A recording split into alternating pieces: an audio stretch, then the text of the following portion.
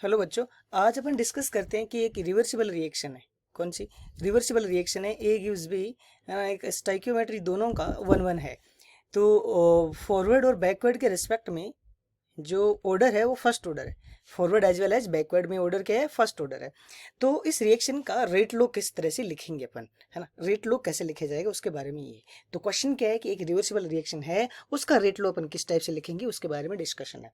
तो इसमें क्या है कि टी इक्वल्स टू जीरो पे, क्या चीज किस टाइम पे? टी इक्वल्स टू जीरो पे स्टार्टिंग में ए ही होगा, बिकॉज रिएक्टेंट ही अवेलेबल होगा अपने पास। और उसकी कंसंट्रेशन ये बोल रहा है कितनी कितनी है बोलो? उसकी कंसेंट्रेशन ए है। जब कुछ कोई टाइम आएगा टी, उस पे ए से कितना जाएगा एक्स, तो बी का कितना बनेगा एक्स। ये सुनो, अब इक्विलिब्रियम पे क्या होगा? मान लो कि ए से कितना जा रहा है इक्विलिब्रियम पे, कंसेंट्रेशन कितनी जा रही है? X equilibrium. तो बी का कितना बनेगा? एक्स इक्विलिब्रियम, बिकॉज कोफिशिएंट क्या है? 1-1 है, तो सेम सेम बनेगा। अब अपन को पता है इक्विलिब्रियम पे forward rate as well as backward rate क्या होती है? इक्वल। ठीक है। अब फॉरवर्ड रेट अगले ने क्या बोल दिया कि ऑर्डर कौन सा? First order. तो क्या हो जाएगा? फॉरवर्ड रेट क्या हो जाएगी? के एफ, आगे जाने की रेट इंटू उसका कॉन्सेंट्रेशन ए, एज वेल एज सिमिलरली क्या होगा? बैकवर्ड रिएक्शन का क्या होगा? रेट कांस्टेंट, और इसकी कंसेंट्रेशन किसकी? बी की, ये होगा। अब ए की कंसेंट्रेशन किस पे? इक्विलिब्रियम पे क्या? ए माइनस एक्स, तो ये यहाँ पे पुट कर दिया अपन ए माइनस एक्स। और बी की कंसेंट्रेशन क्या थे ना, कितनी? एक्स, ये पुट किया। इसको अगर यहाँ से अपन ने सोल्व किया तो एक्स इक्विलिब्रियम का जो वैल्यू है, इक्विलिब्रियम पे कितना डिसोसिएशन होगा ए का, उसकी वैल्यू ये आ गई अपने पास, है ना? तो इसमें एज्यूम क्या कर रहे हैं कि वो forward as well as backward दोनों कौन सी ऑर्डर की रिएक्शन है? फर्स्ट ऑर्डर रिएक्शन है। इतनी बात समझ आई? ठीक है। अब अपन बात करते हैं ए के डीके की रेट। किसके? ए के डीके की रेट। तो ए के कंज्यूम होने की रेट इक्वल्स टू क्या होगा? ए के कंज्यूम होने की रेट के बारे में अगर हम बात करें तो ए के कंज्यूम होने की रेट के बारे में बोल सकते हैं ना कि के एफ से तो ये क्या हो रहा है? कंज्यूम हो रहा है तो प्लस होगा, और जिससे बन रहा है वो क्या होगा? माइनस होगा। तो ए के डीके होने की रेट ये हो जाएगी। अब बात करते हैं ए की किसी भी टाइम पे कंसंट्रेशन। ए की किसी भी टाइम पे कंसंट्रेशन कितना? ए माइनस एक्स, ए माइनस एक्स है। ए की कंसेंट्रेशन किसी भी टाइम पे ए माइनस एक्स है, और बी की कितनी है? एक्स है, राइट।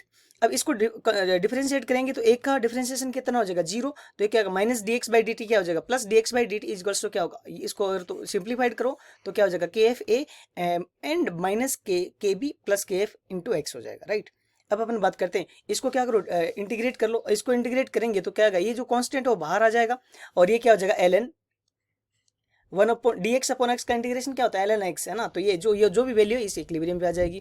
फिर अपन इसमें लिमिट पुट कर दी। जीरो पे डिसोसिएशन कितना है? जीरो, और किसी टाइम पे डिसोसिएशन कितना है? x।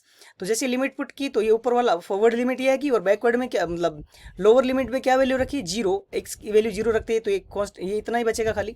तो फिर इसको अपने सिंप्लीफाइड कर दिया कि दिस अपॉन दिस, तो माइनस यहाँ बाहर आएगा, माइनस अपन ने अंदर ले लिया, तो क्या होगा? के एफ ए अपॉन ये वाला आ गया अपने पास। इक्वल्स टू क्या आ गया? सीधा सिंपल सा डी टी का इंटीग्रेशन क्या होगा? टी। अब अपन बात करते हैं कि इस ऊपर वाली जो इक्वेशन है, इसको ना ऊपर और नीचे किससे डिवाइड कर दिया? देखो नीचे लिखा है मैंने,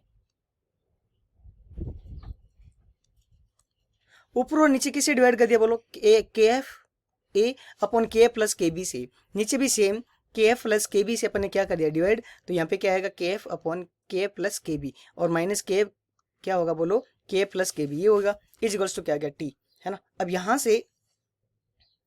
से इस इक्वेशन बात करें तो ये वाली वैल्यू देखो ऊपर जाके क्या है?